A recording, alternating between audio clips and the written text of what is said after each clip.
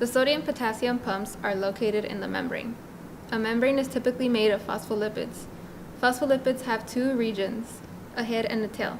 The tail faces inward because they are hydrophobic, and the heads face outward toward the cytosolic liquid because they are hydrophilic, which means water-loving. The sodium-potassium pumps are important because they contribute to action potential in nerve cells. Membranes like to be in equilibrium. At equilibrium, the sodium-potassium pump has sodium levels which are low inside the membrane, and the potassium levels are high inside the membrane. This is all information that pertains to the sodium-potassium pump, but this video will focus on action potential. There are 4 stages when dealing with action potential. The first stage is resting potential, where the sodium-potassium pump is operating with a membrane potential of about -70 millivolts. The sodium-potassium pump uses ATP to push sodium ions out of the cell and bring potassium ions into the cell.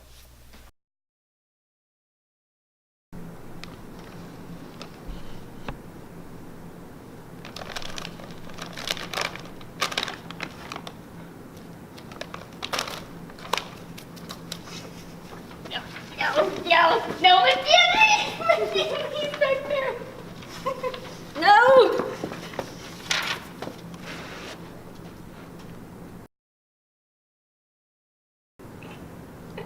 Man, Can't come in, Brianna. come on. You can't. I'm not Brianna, I'm sodium. You can't sodium ion. Okay, let me in!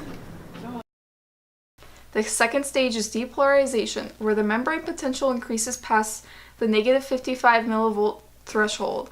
The voltage-gated sodium channel opens and lets sodium ions into the cell. Hey, sodium channel. Hey, what's up? You should let me in because you're sodium fine. Alright.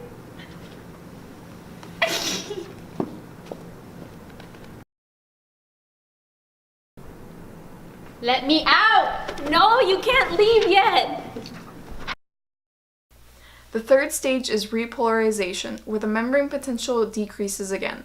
The voltage-gated potassium channel opens and lets potassium ions out of the cell.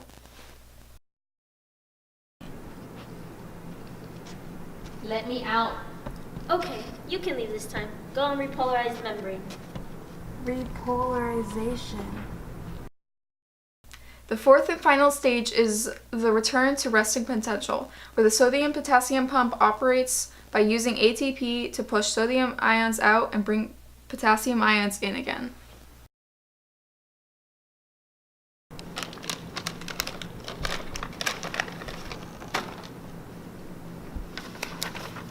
No, we've been through this. I don't want to do this again. Not again. No, I told you I don't want to go.